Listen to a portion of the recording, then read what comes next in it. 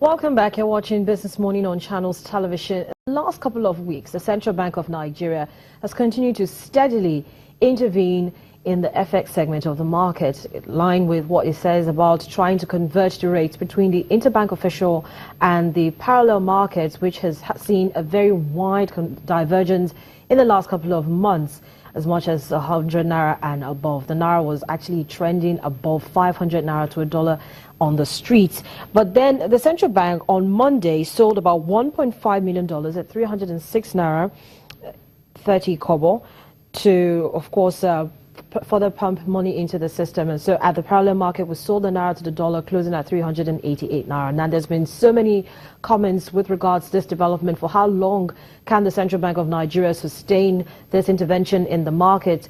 And of course, what really is the reality we're looking at? What are the real rates that we're expecting to see the naira to the dollar trade at? Well, Gabriel Idahosa, who is the Chief Executive Officer of UHY Maji & Co., joins me on the program to share his perspectives on this. So good morning to you, Mr. Idahosa. Thank you for coming on the program. Thank you. So you're one of those who was quite excited when we saw this latest interventions from the Central Bank of Nigeria. But for you, do you think this is really the reality of having the naira trading at 306 naira 80 kobo, which is what it closed at the interbank window yesterday, versus 388 naira recorded at the street level? Well, reality in terms of the fact that it did happen. So it is the reality. Or is it the expectation? Is it what it will be? It will take a while for us to reach a really stable situation in terms of a rate that just fluctuates very slightly around a mid-figure that is completely market-driven, that is not sort of managed by day-to-day interventions. It's going to take a while for that to happen. So, but for you, what would be the reality in terms of what the naira should be trading to the dollar at 306 naira to a dollar, even at the official rate? Is that realistic? No, realistic in terms of how much dollars do we have? No, realistically in how much, in terms of how much we need to have, how much you need to buy $1 with. You're buying it at 306 naira 80 kobo as of yesterday. And for all intents and purposes, when you look at it, it seems as if that's not real. We feel that the currency is undervalued, and so, undervalued. And so you need to, you want to get the naira to a stage where you can get it to at 250, for instance, right, to a dollar. Right. So what you feel and what is out there will be different, because you don't produce the dollar off the cuff. You don't sit in your bedroom or in your factory and produce so much dollars and say, okay, I have X amount of dollars, I can sell it at so much. Some people get dollars out of exports, out of coming to Nigeria to do business, they bring in dollars. Those people who bring the dollars want to sell it at what is to them the best price. So what is realistic for them is a much higher amount of naira for the dollars. For us who want to buy dollars, what is realistic for us is a smaller amount of naira to pay for every dollar. So what is realistic in the real world is the balance of those two expectations. How much dollar do I need? How much dollar is coming into the economy? And we go to the marketplace for dollars, and I say I need $1 million. And everybody that has dollars to sell has only $500,000 to sell. So the price has to move. So there is no realistic price in terms of what I feel is right. It is in terms of what is available in the market. What the CBN has been able to do is to use the additional dollar inflows that have come from the increase in dollar oil prices. In the dollar price for oil to get to where we are significantly. But what has also happened is that we who demand dollars have now steadily reduced the amount of dollars we are asking for. We are now eating more of our rice. So we need less dollars to buy rice. Fewer people are traveling on holidays and, all kind of trips that, because if you can't afford dollars at 400, you stay at home and you don't do it. So you get the demand for dollars coming down. It is the interplay of that process that will begin to give us what is realistic. Today, the realistic price is 380 in the parallel market, and 305 or 306 or 310 in the interbank market. It will continue to happen until these forces balance themselves out to a point where it will actually begin to appreciate. But what more do you think the market wants? What more do you think that the market wants at this time?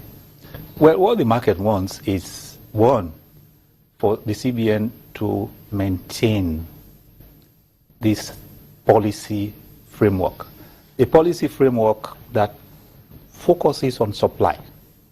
How do we supply more dollars to the market? How do we supply more dollars to the market? How do we attract people who have dollars to bring it out from their pockets, from their vaults, from their export proceeds?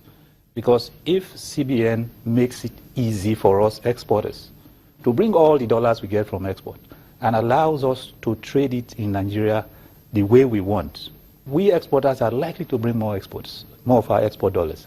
But if CBN says, no, if I bring my dollars, I must give them 40%, and I have only 60%, and even the 60%, I must use it in a particular way. So we need CBN to continue this supply focus. One of the things that has brought down the price of the dollar now is international money transfer. CBN has gone ahead to register international money transfer from several countries across the world, where you used to have only 3 or 4 big names. So you have money transfers coming in officially through several countries in the world. So CBN needs to expand that. And what CBN has done is to create a supply pipeline to the Bureau de Changes.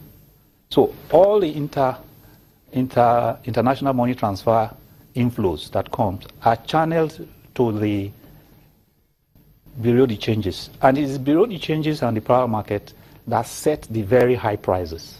Which is the reason why some analysts are actually saying that maybe instead of having more Bureau de Change operators, we should have less. Yeah, if you could have less so that they are better organized.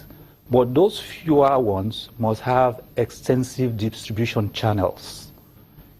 If you have a few Bureau de Changes and they don't have distribution channels, you now have a monopoly. So you must say, for example, if you have to have a Bureau de Change license, you must be physically present in perhaps 10 states.